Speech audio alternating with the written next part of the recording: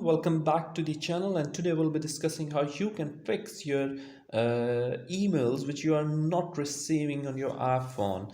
So it is very easy. Firstly, you need to the first step you can simply do, just put your phone on an airplane mode just like this, and after putting it airplane mode for 1 second or two, just uh, turn it off and go back to your mail account and refresh it just like this. Most probably you will receive your emails. If you still don't receive your emails, what you need to do is just like you can restart your phone by pushing the volume button up, volume button up, volume button down, and by keep holding the power button.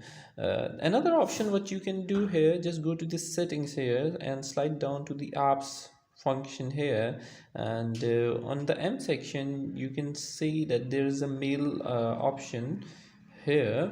What you need to do is, after going to the mail option, there's a mail accounts. We need to go to the mail accounts, and in the fetch and new data option, you need to ensure that it is on, and it should be automatically fetching the data.